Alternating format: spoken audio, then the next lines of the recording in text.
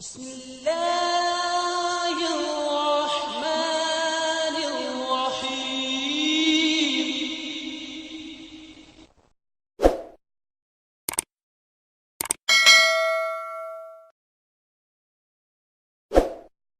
کہ جیسا کہ میں نے ابھی اپنی تمہید میں ذکر کیا کہ اللہ تعالیٰ کی جو صفت تکلم ہے یہ اس کی ہستی کا ایک عظیم الشان ثبوت ہے، تو اس تعلق سے تھوڑی تفصیل ناظرین کی خدمت میں پیش کرنے کی درخواست ہے۔ جزاک اللہ۔ بسم اللہ الرحمن الرحیم۔ اللہ تعالیٰ کی ہستی ایک ایسی ہستی ہے کہ جب سے کائنات بنی ہے تب سے لے کر آج تک اس کی تلاش میں لوگ سرگرداں ہیں، لیکن یہ بھی ایک حقیقت ہے کہ فلسفی غور کرتے کرتے یہ تو ضرور محسوس کرے گا کہ اتنی بڑی کائنات، یہ زمین و آسمان، یہ از خود تو پیدا نہیں ہوئے، بلکہ اس کا کوئی بنانے والا ہونا چاہیے۔ جیسا کہ ہم دیکھتے ہیں کہ یہ میز ہمارے سامنے پڑی ہوئی ہے تو ہم کہیں گے ہاں یقیناً کسی کارپینٹر نے اس کو بنایا ہوگا، کسی بڑھئی نے اس کو بنایا ہوگا۔ تو بہرحال قدرت کو دیکھ کر، کائنات کو دیکھ کر، زمین و آسمان اور سورج چاند ستاروں کو دیکھ کر انسان یہ تو کہہ سکتا ہے کہ اس کے بنانے والا کوئی ہونا چاہیے، یہاں تک تو انسانی سوچ پہنچتی ہے، لیکن کیا وہ واقعی میں موجود بھی ہے؟ یہ وہی بتا سکتا ہے جس کا تعلق خدا تعالیٰ سے پیدا ہو چکا ہو۔ چنانچہ جب تک اللہ تعالیٰ انا الموجود کہہ کے انسان کو نہ بتائے تب تک انسان خدا تعالیٰ کی ہستی کے بارے میں یقین پیدا نہیں کر سکتا۔ چنانچہ آپ دیکھیں کہ حضرت مسیح موعود علیہ السلام نے اس بارے میں ایک بڑی اچھی مثال دیتے ہوئے ہمیں سمجھایا ہے۔ اسلامی اصول کی فلسفی کا ایک حوالہ ہے، وہ میں پڑھ کے سنانا مناسب سمجھتا ہوں کہ اگر ایک کمرہ ایسا بند ہے جو اندر سے کنڈیاں لگی ہوئی ہیں، کوئی باہر سے بند ہونے کا ثبوت نہیں ہے، اور ہم کھٹکھٹاتے ہیں کوئی جواب نہیں ملتا ہے، تو ہم یہ سمجھتے ہیں کہ اندر یا تو کوئی نہیں ہے، اور اگر ہے تو پھر یا تو وہ مر چکا ہے یا پھر یہ کہ کوئی ہے ہی نہیں دراصل۔ تو لیکن اگر اندر سے کوئی آواز دیتا ہے تو پتہ لگ جاتا ہے کہ ہاں بھئی اندر کوئی موجود ہے۔ تو یہی حال اس کائنات کے پیدا کرنے والے خالق اور مالک کا ہے۔ چنانچہ آپ فرماتے ہیں حضور، یہ اسلامی اصول کی فلسفی روحانی خزائن جلد 10 کا جو ہے نا 366واں صفحہ ہے۔ غرض جب تک خود خدائے تعالیٰ اپنے موجود ہونے کو اپنے کلام سے ظاہر نہ کرے جیسا کہ اس نے اپنے کام سے ظاہر کیا، تب تک صرف کام کا ملاحظہ تسلی بخش نہیں۔ مثلا اگر ہم ایک ایسی کوٹھڑی کو دیکھیں جس میں یہ بات عجیب ہو کہ اندر سے کنڈیاں لگائی گئی ہیں، تو اس فعل سے ہم ضرور یہ اول خیال کریں گے کہ کوئی انسان اندر ہے جس نے اندر سے زنجیر کو لگایا ہے، کیونکہ باہر سے اندر کی زنجیروں کو لگانا غیر ممکن ہے۔ لیکن جب ایک مدت تک بلکہ برسوں تک باوجود بار بار آواز دینے کے اس انسان کی طرف سے کوئی آواز نہ آوے تو آخر یہ رائے ہماری کہ اندر کوئی ہے بدل جائے گی، اور یہ خیال کریں گے کہ اندر کوئی نہیں بلکہ کسی حکمت عملی سے اندر کی کنڈیاں لگائی گئی ہیں۔ یہی حال ان فلاسفروں کا ہے جنہوں نے صرف فعل کے مشاہدے پر اپنی معرفت کو ختم کر دیا ہے۔ یہ بڑی غلطی ہے جو خدا کو ایک مردہ کی طرح سمجھا جائے جس کو قبر سے نکالنا صرف انسان کا کام ہے۔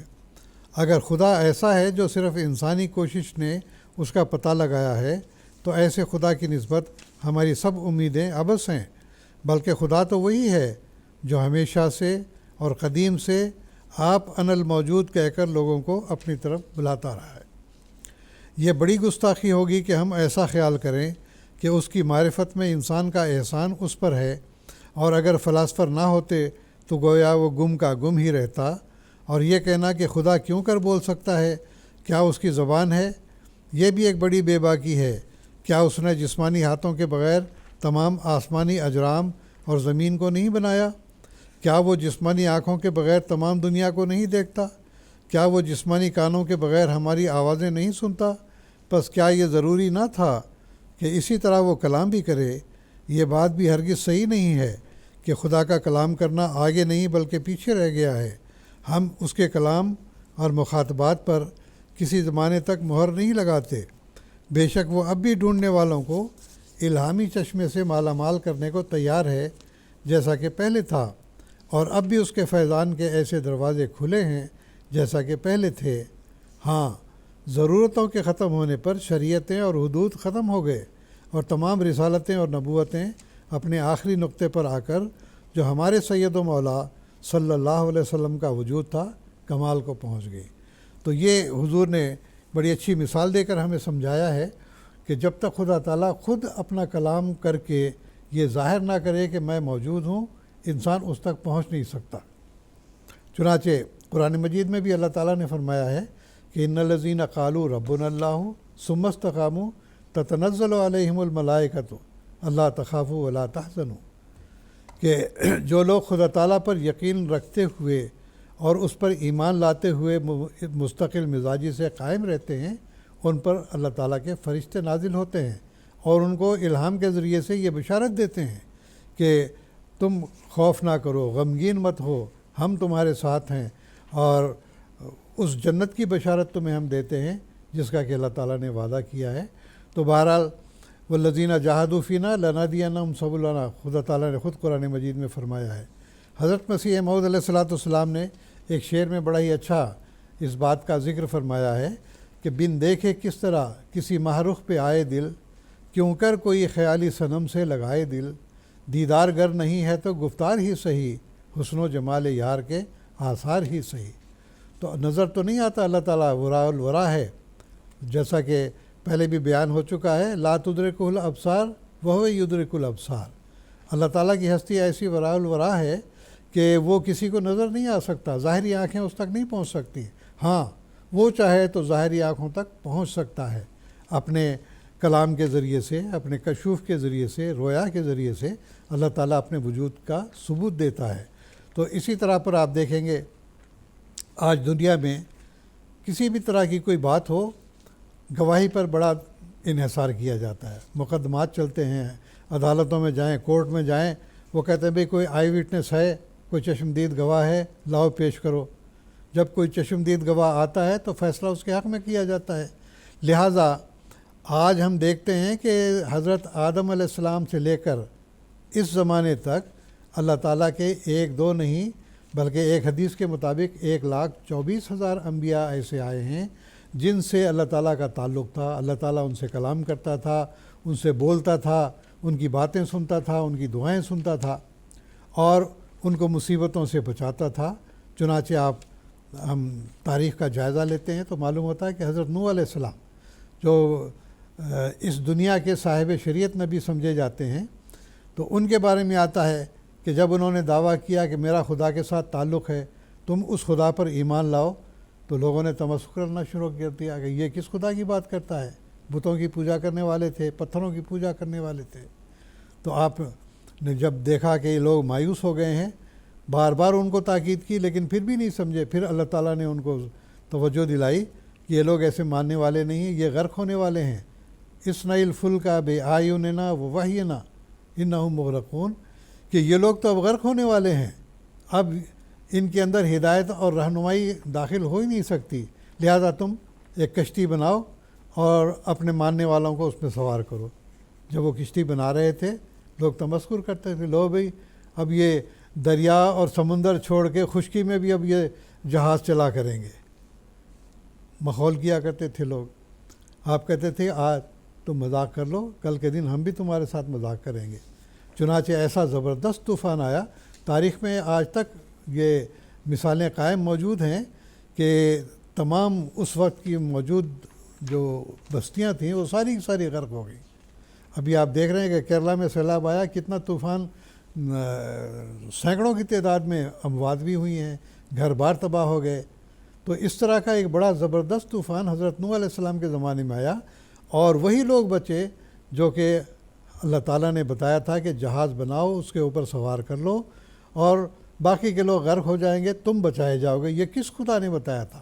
عالم الغیب خدا نے بتایا تھا، جیسا کہ آپ نے ابھی ذکر کیا، عالم الغیب فلا یظہر علی غیبہ احدا الا من ارتضی من رسول۔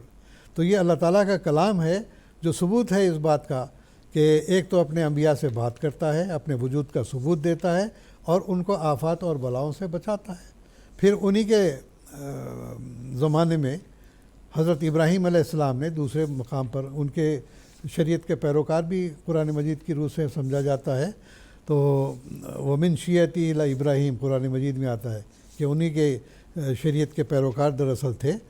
حضرت ابراہیم علیہ السلام نے جب بتوں کی پرستش سے روکا، ایک خدا کی تعلیم دی، توحید کی تعلیم دی، لوگوں نے مخالفت کی، بادشاہ تک پیغام پہنچایا کہ یہ ہمارے بتوں کو برا بھلا کہتا ہے، تو اس وقت کا بادشاہ نمرود تھا، اس نے آگ جلا کر ان کو بھسم کرنا چاہا، لیکن اللہ تعالیٰ نے کیا فرمایا کہ یا نارو کونی بردم و سلامن علی ابراہیم، کہ اے آگ تو ابراہیم پر ٹھنڈی ہو جا، آگ نہیں جلا سکی۔ تو یہ بڑا عظیم الشان معجزہ تھا حضرت ابراہیم علیہ السلام کے زمانے میں۔ ہمارے علامہ اقبال نے بڑا اچھا اس بارے میں کہا ہے کہ بے خطر کود پڑا آتش نمرود میں عشق، عقل ہے محو تماشائے لب بام ابھی۔ یہ اللہ تعالیٰ کے عشق میں انسان آگ میں بھی کود پڑتا ہے، ہر جگہ کود پڑتا ہے، لیکن اس کو یقین ہے کہ میرا رب مجھے ضائع نہیں کرے گا، اور حضرت ابراہیم کو بچایا۔ پھر اس کے بعد دیکھیں فرعون کی مثال ہم دیکھتے ہیں۔ موسیٰ علیہ السلام نے دعویٰ کیا ایک خدا کا، لوگوں کو تبلیغ کی، بنی اسرائیل کو لے جانے کے لیے انہوں نے پیشکش کی تھی، لیکن فرعون ڈٹ گیا کہ نہیں، یہ سارے ہمارے غلام ہیں، ان کو تو ہم نہیں چھوڑیں گے۔ تو اللہ تعالیٰ نے فرمایا تم ان کو لے چلو، اور ساتھ ہی فرمایا کہ تمہارا پیچھا کیا جائے گا، انکم لمتبعون، کہ تمہارا پیچھا کیا جائے گا۔ آخرکار کیا ہوا؟ وہ خدا جو موسیٰ علیہ السلام کا خدا تھا، جس نے بنی اسرائیل کو بچانے کا وعدہ کیا تھا، وہ بنی اسرائیل کو بچایا اور فرعون کو وہاں پر غرق کر دیا۔ اتنے عظیم بادشاہ کو اللہ تعالیٰ نے غرق کر دیا، اور بے سروپا جو یا بے سامان جو لوگ تھے، نہتے لوگ، ان کو اللہ تعالیٰ نے بچا لیا۔ پھر آگے ہم چلتے ہیں، حضرت عیسیٰ علیہ السلام کو صلیب پر لٹکانے کی کوشش کی گئی، اللہ تعالیٰ نے ان کو صلیب پر مرنے سے بچایا، اور ہم کہتے ہیں کہ ان کو صلیب سے زندہ اتارا گیا۔ پھر وہ یروشلم سے لے کے ایران کے راستے سے، افغانستان کے راستے سے ہوتے کشمیر تک آئے۔ تو یہ کس نے بچایا صلیب سے؟ اللہ تعالیٰ نے ان کو وعدہ کیا تھا کہ اللہ بچائے گا۔ پھر حضرت محمد رسول اللہ صلی اللہ علیہ وسلم کا دور آپ دیکھیں گے، اللہ تعالیٰ نے آپ سے کلام کیا، قرآن مجید ہمارے سامنے موجود ہے، یہ پورا کا پورا اللہ تعالیٰ کا کلام ہے۔ اس نے یہ ثبوت دیا اس بات کا، اور چیلنج دیا کہ اگر تم میں کوئی جرت ہے، اگر تم سمجھتے ہو کہ یہ انسان کا کلام ہے، تو اس جیسا کلام بنا کر پیش کر دو۔ تو ایک آیت ہی پیش کر دیں، پھر آپ نے ایک سورت کا، پھر 10 سورتوں کا بھی چیلنج دیا، لیکن آج تک وہ چیلنج اسی طرح سے قائم ہے۔ حضرت صلی اللہ علیہ وسلم کی ایک مثال میں دیتا ہوں کہ آپ نے جب دعویٰ کیا، بالکل بے بس نہتے تھے، ہر طرح کے ظلم و ستم آپ پر ڈھائے گئے، آپ کے متبعین پر ڈھائے گئے، قتل کیا گیا ان کو۔ پھر یہ دیکھیں کہ ہجرت آپ کو کرنی پڑی، 100 اونٹ کا انعام دیا گیا تھا، رات نکلتے ہیں، گھر تمام جو ہے گھیرا ڈالا ہوا تھا مخالفین نے کہ ان کو قتل کر دیں گے۔ اس زمانے میں 9 قبائل تھے جو مشہور تھے، ہر ایک قبیلے کا ایک نوجوان جو ہے گھر پر تعینات تھا کہ جو ہی آپ نکلیں گے آپ کو ختم کر دیں گے، قتل کر دیں گے۔ حضرت صلی اللہ علیہ وسلم رات کی تاریکی میں آرام سے نکل گئے، ان کی آنکھوں پر پردہ پڑ گیا۔ پھر اس کے بعد غار ثور میں پناہ لی، وہاں پر بھی پہنچ گیا، یہ دشمن پہنچ گیا، تو وہاں پر حضرت ابو بکر صدیق رضی اللہ تعالیٰ عنہ تھے، وہ کہتے ہیں یا رسول اللہ دشمن اتنا قریب آ گیا ہے، اگر وہ جھک کر دیکھ لے تو ہمیں پکڑ سکتا ہے۔ آپ نے فرمایا لا تحزن ان اللہ معنا، اللہ تعالیٰ پر کامل یقین تھا آپ کو۔ پھر غار ثور سے نکل کر آگے بڑھتے ہیں، سراقہ بن مالک تعاقب کرتا ہے، لیکن آخرکار ٹھوکر کھا کر وہ سمجھتا ہے کہ خدا کے بندے ہیں، وہ آواز دیتا ہے کہ تم لوگ امن میں ہو، میں تم سے جو ہے کچھ عرض کرنا چاہتا ہوں۔ تو آخرکار آن وسلم نے ان کو بشارت دی کہ اے سراقہ تیرا اس وقت کیا حال ہوگا جب کسریٰ کے کنگن تیرے ہاتھ میں ہوں گے۔ حضرت عمر کے زمانے میں وہ فتح ہوا ایران، کسریٰ کے کنگن سراقہ کو پہنائے گئے، یہ کس خدا نے اطلاع دی تھی؟ پھر میں آج کے زمانے میں کہتا ہوں حضرت مسیح موعود علیہ الصلوۃ والسلام کا دور آپ دیکھیں کہ کس طرح اللہ تعالیٰ کے وجود کو آپ نے ثابت کیا۔ آپ کے بہت سارے الہامات اور رویا اور کشوف ہیں جو کہ تذکرے کے نام سے شائع شدہ موجود ہیں. جو بھی پڑھنا چاہے اس کو دیکھ کے اپنا ایمان بڑھا سکتا ہے. تو اس میں حضرت مسیح موعود علیہ الصلوۃ والسلام کا ایک اقتباس میں آپ کے سامنے رکھنا چاہتا ہوں کہ کس درجہ یقین تھا آپ کو اللہ تعالیٰ کی ذات پر، کہ آپ فرماتے ہیں، کشتی نوح کا حوالہ ہے یہ، کیا فرماتے ہیں، کیا بدبخت وہ انسان ہے جس کو اب تک یہ پتہ نہیں کہ اس کا ایک خدا ہے جو ہر ایک چیز پر قادر ہے. ہمارا بہشت ہمارا خدا ہے، ہماری اعلیٰ لذات ہمارے خدا میں ہیں، کیونکہ ہم نے اس کو دیکھا اور ہر ایک خوبصورتی اس میں پائی. لوگ کہتے ہیں کس نے دیکھا ہے خدا کو؟ حضور فرماتے ہیں ہم نے اس کو دیکھا ہے، ہر ایک خوبصورتی اس کے اندر پائی. یہ دولت لینے کے لائق ہے اگرچہ جان دینے سے ملے، اور یہ لال خریدنے کے لائق ہے اگرچہ تمام وجود کھونے سے حاصل ہو. اے محرومو، اس چشمے کی طرف دوڑو کہ وہ تمہیں سیراب کرے گا. یہ زندگی کا چشمہ ہے جو تمہیں بچائے گا. میں کیا کروں اور کس طرح اس خوشخبری کو دلوں میں بٹھا دوں؟ کس دف سے میں بازاروں میں منادی کروں کہ تمہارا یہ خدا ہے تا لوگ سن لیں، اور کس دوا سے میں علاج کروں تا سننے کے لیے لوگوں کے کان کھلیں. تو بہت سارے نشانات ایسے ہیں جو حضرت مسیح موعود علیہ الصلوۃ والسلام کے ذریعے سے اللہ تعالیٰ نے اس زمانے میں دکھائے، اور پھر آپ کے ذریعے سے ایسے لوگ پیدا ہوئے جن کا تعلق خدا تعالیٰ سے براہ راست تھا. اللہ تعالیٰ ان سے کلام کرتا تھا. تو یہ ثبوت ہے اس بات کا کہ اللہ تعالیٰ خود انا الموجود کہہ کے دعاؤں کو سنتا ہے، مصیبتوں کو ٹالتا ہے، اپنے کلام سے ان کو آگاہ کرتا ہے، غیب کی خبریں ان کو دیتا ہے. تو یہ اس سے بڑا ثبوت اور کیا چاہیے کہ یہاں تو عدالت ایک گواہی کو بھی تسلیم کر کے فیصلہ کر دیتی ہے، یہاں تو 1,24,000 انبیاء سے اللہ تعالیٰ نے کلام کیا ہے. یہ ثبوت ہے اس بات کا کہ وہ موجود ہے. اور جیسا کہ یورپین لوگ آج کہتے ہیں کہ امپرسنل گاڈ ہے، خدا ہوگا لیکن اس کا بندوں سے کوئی تعلق نہیں، یہ غلط بات ہے. اللہ تعالیٰ کا اس کے تعلق ہے. آج بھی ہم یقین سے یہ کہہ سکتے ہیں کہ جماعت احمدیہ میں بہت سارے ہمارے بزرگ ایسے ہیں جن سے اللہ تعالیٰ کلام کرتا ہے، اور اللہ تعالیٰ ان کو غیب کی خبریں دیتا ہے، اور مصیبتوں سے اللہ تعالیٰ ان کو بچاتا ہے.